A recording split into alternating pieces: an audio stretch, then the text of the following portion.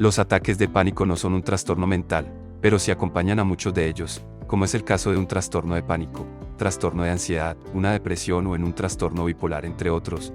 También puede ser asociado con alguna enfermedad médica o inducido por medicamentos o drogas, y aunque en realidad no es nada grave, la persona que lo experimenta lo pasa realmente mal y pueden terminar en urgencias con la idea de estar sufriendo algo muy grave.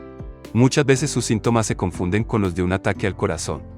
Consiste en la aparición súbita de un miedo o un malestar inexplicable y muy intenso que alcanza su pico máximo en cuestión de minutos, con síntomas físicos como tensión en todos los músculos del cuerpo, taquicardia, palpitaciones, sudoración, temblores, dificultad para respirar, sensación de ahogo, náuseas, mareos, escalofríos o sensación de calor u hormigueo. También síntomas cognitivos como sensación de irrealidad, de despersonalización, miedo a perder el control o miedo a morir. En algunos casos, estos síntomas pueden acompañarse de otros más específicos como zumbidos en los oídos, dolor de cuello, de cabeza, gritos incontrolados o de llanto. Estos ataques se presentan de forma súbita incluso estando en plena calma, hasta puede darse cuando la persona está dormida, no siempre en momento de ansiedad o de depresión, sea cual sea el momento en que lo experimenta. La persona puede pensar que se muere o que se está volviendo loca, por eso no es extraño acabar en urgencias por este motivo. Por lo tanto, quienes los acompañan también lo pasan mal, ya que no saben bien qué le pasa, ni cómo ayudarles.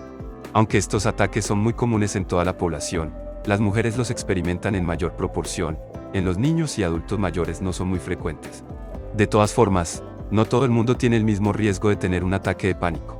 Factores como la predisposición a experimentar emociones negativas o la inclinación a pensar que los síntomas de ansiedad son perjudiciales, y también factores de riesgo ambientales como el tabaco o las situaciones estresantes que se vivan, pueden colaborar a que se presenten con más frecuencia.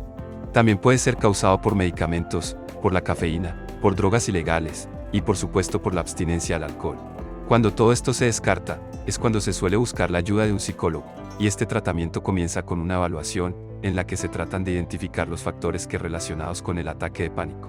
Algunas veces son evidentes, pero otras que no tanto, o incluso no se pueden encontrar.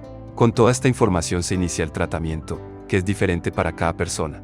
Con un buen tratamiento se logran manejar muy bien esas crisis hasta el punto de llegar a desaparecer por completo en la mayoría de los casos. Si te sientes identificado con el tema mencionado aquí o con alguno de sus síntomas, no dudes en consultar con tu médico de confianza, para evitar que esta condición pueda destruir tu vida.